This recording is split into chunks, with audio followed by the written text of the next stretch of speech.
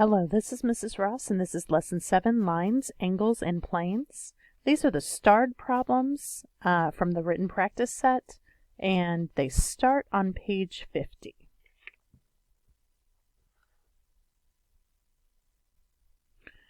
Okay, number 1. If the product, so that we're multiplying something, of two one-digit numbers, which means that it's two of these, 4, 5, 6, 7, 8, 9, those are all of our one-digit numbers, is 35. What is the sum of the same two numbers? So what two numbers in here can we multiply? If I were to do the factors of 35, so 1 and 35, I know 5 goes into it, and 7, those are going to be my two one-digit numbers. So it's asking me for the sum of 5 and 7, and the sum is the answer to an addition problem. So my answer to number 1 is 12.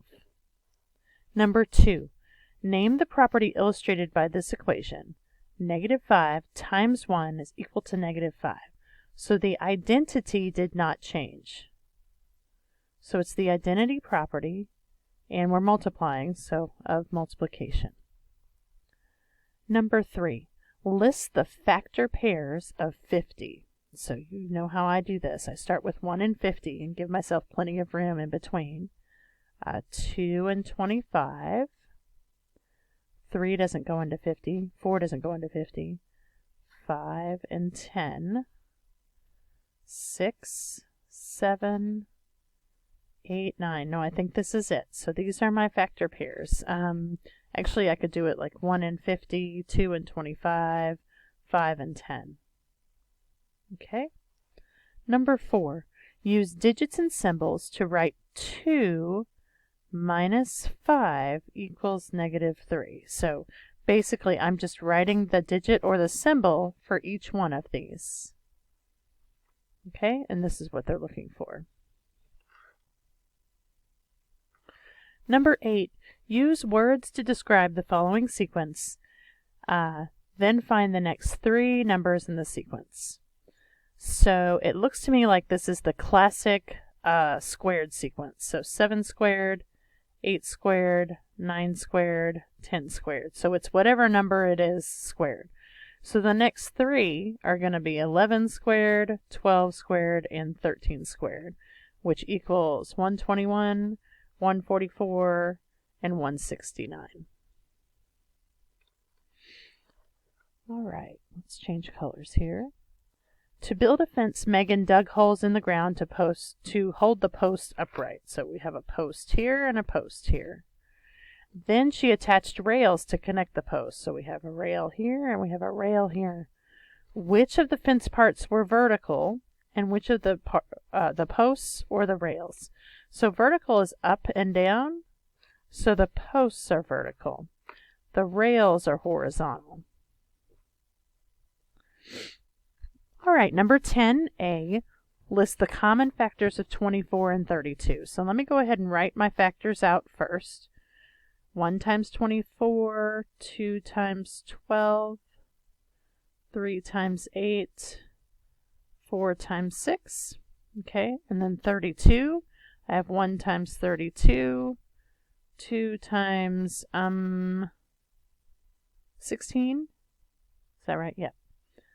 3 doesn't go into 32. 4 goes into 32. Wait a minute. I did something wrong up here. 4 times 6, 8 times 3. No, I didn't. 4 times 8 is 32. Why am I losing this now? Not 5, not 6, and not 7. So that's it. Sorry. That's all we got.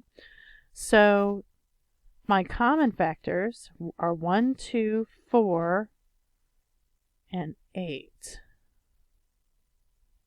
These are my common factors. And then B says find the greatest common factor, so that's going to be 8. It's the largest factor they have in common. All right, we got lots of work to do here. I'm going to kind of break this down and do the hard ones first. So let's do the subtraction ones first. We know that if the variable is second, we subtract. Okay, so here we're going to have 100 minus 17.54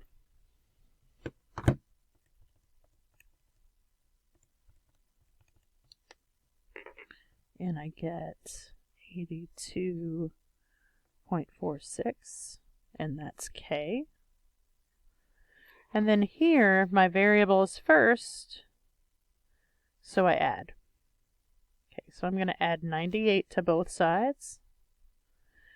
Here my 98 is going to go away. I have W equals, this is, I'm going to do this on the calculator. 530. Okay, probably could have gotten there, but okay, so those are our two subtraction ones. Let me change colors, and we're going to do our division ones, which are down here for 16 and 17. We have, is it not, where'd it go? There we go. Okay, so when the variable is in the top, we multiply, and when the variable is in the bottom, we divide. Make sure that you have these rules somewhere, because eventually these are going to become non-starred problems like 15 and 14 are, and you'll wish that you had these the rules somewhere. So here I'm going to multiply both sides by 20, and I get that the 20s cancel here. W equals 200 times 20, which is 4,000. And then here I'm going to have to divide 300 by 30. I'm going to cancel some zeros. Oops. And I get 10 is my answer. Oops. Let's see. And then finally I've got 12 and 15, which are both multiplication problems. On 12, I'm going to have to multiply 6 times 6 first, so I get 36z is equal to 1224. And then because I'm multiplying 36 times z, I'm going to have to divide or do the opposite to get z is equal to 1224 divided by 36, which is 34. And then on 15, it's the same thing. I'm going to divide by 20. We always divide by whatever's in front of our variable, okay? So that gives me x is equal to 36.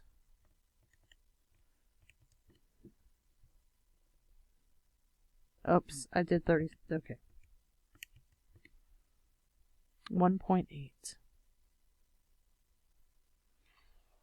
All right, let's keep going. Okay, 23. Show the steps and properties that make this multiplication easier to perform mentally. And I think what they want to do is they want to move the 8 over here. So we start with 8 times 7 times 5, which is our given.